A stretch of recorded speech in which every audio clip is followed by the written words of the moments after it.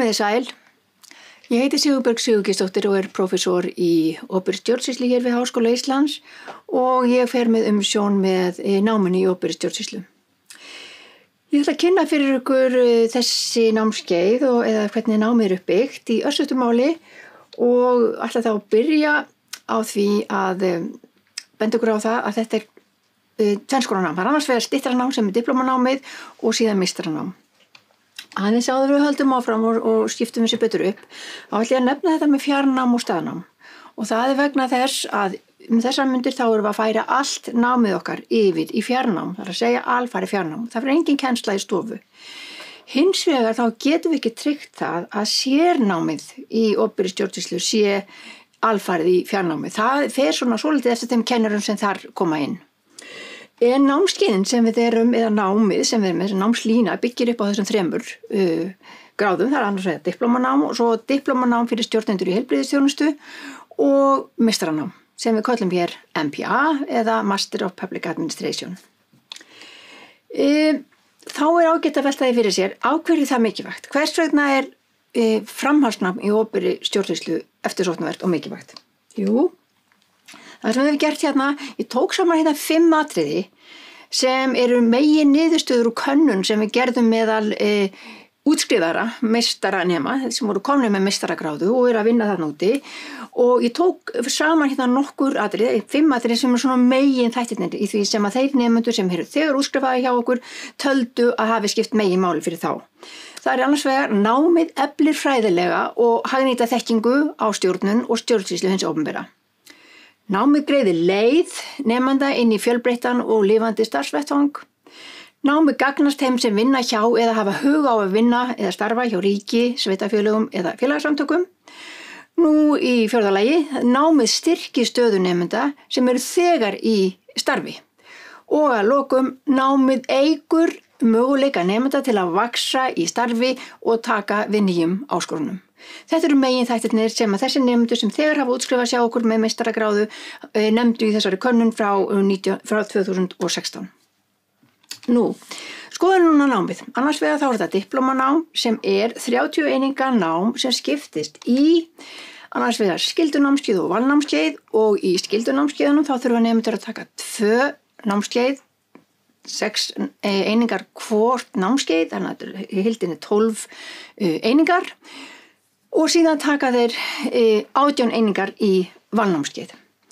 Og þá geta nemendur valið 3 námskeið af 18 sem eru í boði. Ég nefni bara hérna nokkuð dæmi, þið sjáu þetta stjórntækis opinbera, starfsumhverfi og stjórnun sveitafélaga, rekstrarhagfræði, markaðsbrestur og ríkisafskipti og svo forysta breytingastjórnun í opinberum rekstri. Þetta er bara nokkuð dæmi af þessum 18 sem við erum með hér í boði. Nú, þá er það meistaranámið eða Master of Public Administration. Þetta er alþjóðleg gráða. Það býður upp á 16 kjörsvið og þetta er 2 ára rannsóknartengt framhaldsnám sem skiptist það skiptist í raun og veru í 4 meginþætti. Í fyrsta lagi þá eru það skyldunámskeiðin og síðan er það starfstími fyrir þá sem ekki hafa neina reynslu úr opinberri stjórnsýslu eða störfum í opinberum stofnunum. Og þá eru það í 3. lagi, þá eru það valnámskeiðin og að lokum meistaragráða í opinberri stjórnsýslu, henni lýkur með 30 eininga ritgerð, rannsóknarritgerð. Það er það sem við eigum með þegar við erum að tala um rannsóknartengt framhaldsnám. Þetta er sem sagt 7 námskeið sem nemendur þurfa að ljúka sem er skylda. Þetta eru 42 einingar og þið sjáu hérna, ég hef nefnt hér 7 mismunandi námskeið sem öll eru skylda. Nú síðan er það starfstíminn sem eru 18 einingar. Nú, þá erum við hérna með í framhaldinu valnámskeiðin og hér geta nemendur valið úr 9 mismunandi námskeiðum. Og samtals eru þetta 30 einingar sem nemendur þurfa að skila í valnámskeiði. Og þá lokum 30 eininga meistararitgerð sem nemendur skila í lok námsins. Og á meðan þeir að skrifa og vinna sín rannsókn, þá eru þeir með leiðsögn kennara sem tekur að sér að vera leiðbeinandi þeirra í gegnum allt rannsóknarferlið og skrifin. Nú, þá erum við komin að því hvar er fólk að starfa þegar það búið með þetta diplómanám eða meistaranámið. Hvar er fólk að vinna? Jú, það starfar í Stjórnarráði Íslands, hjá ríkisstofnunum sem heyra undir hinn ýmsu ráðuneyti stjórnarráðsins, það starfa hjá sveitarfélögunum, stofnunum sveitarfélagana, alþjóðlegar stofnanir, félagasamtök, hagsmunasamtök, fjölmiðlar, mjög algengt og síðan einkafyrirtæki og margir af mínum nemendur hafa til dæmis verið í nýsköpunarverkefnum og hjá sprotafyrirtækjum og ýmsu sem ekki beint tengt opinberri stjórnsýslu en þeim þykir það þægilegt að hafa svona vitneskju og þekkingu á því hvernig virkar opinber stjórnsýsla. Það nú eins og þannig að þegar þú ert í sprotafyrirtækjum eða eitthvað nýsköpun þá þýðir það að þú ert oft að hluta til háður hinu opinbera með styrkjum eða samkeppnisstyrkjum en það er mjög gott að vita hvernig stjórnsýslan virkar. Nú, þetta þessi störf sem meðal þeirra starfa sem að nemendur okkar fara í eða jafnvel eru í þegar þeir stunda námið og ég ætla bara að taka það fram svo undir lokin.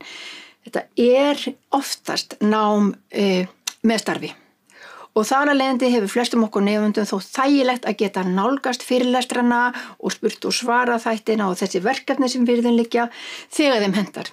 Það er að segja þeir eru ekki beint í línulegri dagskrá.